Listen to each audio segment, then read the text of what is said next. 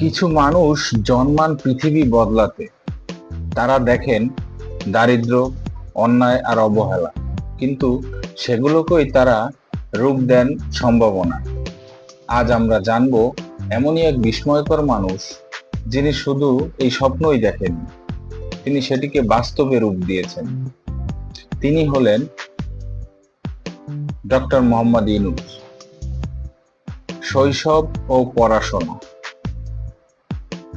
Doctor Mohammad Yunus জন্মগ্রহণ করেন 1940 সালের 28 জুন চট্টগ্রামের হাটহাজারী উপজেলায়। ছেলেবেলা থেকেই তিনি ছিলেন জিজ্ঞাসু ও মেধাবী। চট্টগ্রাম কলেজ থেকে উচ্চ মাধ্যমিক শেষে তিনি ভর্তি হন ঢাকা বিশ্ববিদ্যালয়ে। অর্থনীতিতে অনার্স ও মাস্টার্স সম্পন্ন করেন। এরপর ফুল ব্রাইট স্কলারশিপে যুক্তরাষ্ট্রে যান এবং ভ্যান্ডারবিল্ট ইউনিভার্সিটি থেকে অর্থনীতিতে পিএইচডি ডিগ্রি অর্জন করেন। অধ্যাপক থেকে সমাজ সংস্কারক। ডক্টর মোহাম্মদ ইউনূস নতুন এক ধারণা দেন, সোশ্যাল বিজনেস। তিনি ঠিক করেন এই অর্থনীতি ব্যবস্থাকে চ্যালেঞ্জ জানাতেই হবে, যেখানে ব্যবসার উদ্দেশ্য মুনাফা নয় বরং সমস্যার সমাধান। গ্রামীণ দণ্ড, গ্রামীণ শক্তি, গ্রামীণ টেলিকম, এই সবগুলোর উদ্যোগ সমাজ বদলানোর লক্ষ্যে গড়ে উঠেছে। ক্ষুদ্র ঋণের সূচনা। স্বপ্নের পথ তখনই বদলে যায় যখন 1974 সালের দুর্ভিক্ষে একদিন তিনি গিয়েছিলেন জোবরা নামের একটি গ্রামে। সেখানে এক মহিলা মাত্র 20 টাকার জন্য মহাজনের কাছ থেকে চড়া সুদে ঋণ নিয়েছিলেন। এই ঘটনা তার মনে প্রচন্ড নাড়া দেয়। তখন তিনি ভাবলেন, যদি ব্যাংক গরিবের দরজায় না আসে, তবে গরিবের জন্য আলাদা ব্যাংক করা যায় না কেন?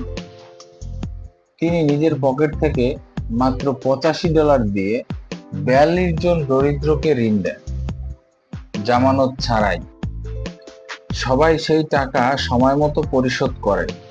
এই ছোট উদ্যোগই পরবর্তীতে রূপ নেয় বিশাল এক ব্যাংকে, যেই ব্যাংকের নাম বর্তমানে গ্রামীণ ব্যাংক। গ্রামীণ ব্যাংক ও বৈপ্লবিক পরিবর্তন। 1983 সালে প্রতিষ্ঠিত হয় গ্রামীণ ব্যাংক, পৃথিবীর প্রথম ব্যাংক যা দরিদ্র, বিশেষ করে গ্রামের নারীদের জন্য কাজ করে। এই ব্যাংকের বিশেষত্ব হলো জামানত ছাড়াই ঋণ, কম সুদ এবং আত্মবিশ্বাস তৈরি করা। তিনি বলেন, ঋণ নয়, মানুষের মর্যাদা ফিরিয়ে দিতে চেয়েছি।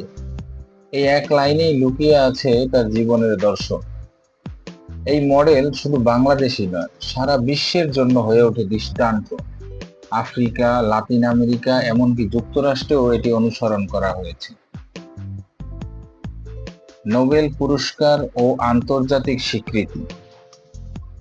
2006 সালে ডক্টর মোহাম্মদ ইউনূস ও গ্রামীণ ব্যাংককে যৌথভাবে শান্তিতে নোবেল পুরস্কার প্রদান করা হয়।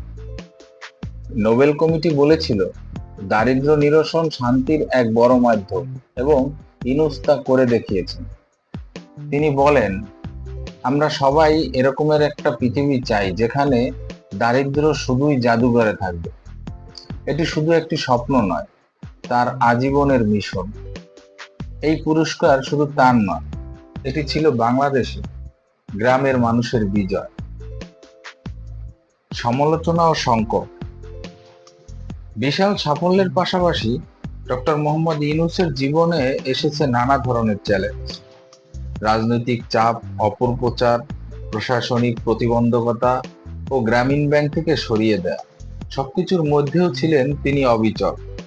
তিনি কখনো থেমে যাননি, কারণ তিনি বিশ্বাস করেন, আমি যদি এক পা এগিয়ে যাই, একজন দরিদ্র মানুষও এগোতে পারে। তিনি প্রমাণ করেছেন, একটি আদর্শ যখন সত্য হয়, তা চাপা দিয়ে দমন করা যায় না। উত্তরাধিকার ও বার্তা। ডক্টর মোহাম্মদ ইউনূস আমাদের শিখিয়েছেন, পরিবর্তনের জন্য শুধু বড় পুঁজি নয়, দরকার বড় মন আর আদম্য ইচ্ছা শক্তি। তিনি একজন অর্থনীতিবিদ নন, তিনি একজন স্বপ্নদ্রষ্টা, যার কর্ম আমাদের মনে করিয়ে দেয়, একটি মানুষ, একটি চিন্তা, একটি উদ্যোগ পুরো বিশ্ব বদলে দিতে পারে। আমরা যারা সমাজে কিছু বদলাতে চাই তাদের জন্য ডক্টর ইউনূস একজন অনন্য অনুপ্রেরণা। আপনিও হতে পারেন এমন একজন বদলের দূত। শুরুটা হোক আজ, আপনার হাত ধরেই। ভিডিওটি ভালো লেগে থাকলে লাইক দিন, শেয়ার করুন এবং আমাদের চ্যানেলটি সাবস্ক্রাইব করতে ভুলবেন না। কমেন্টে অবশ্যই জানাবেন ডক্টর ইউনূসের কোন দিকটি আপনার সবচেয়ে বেশি অনুপ্রাণিত করেছে।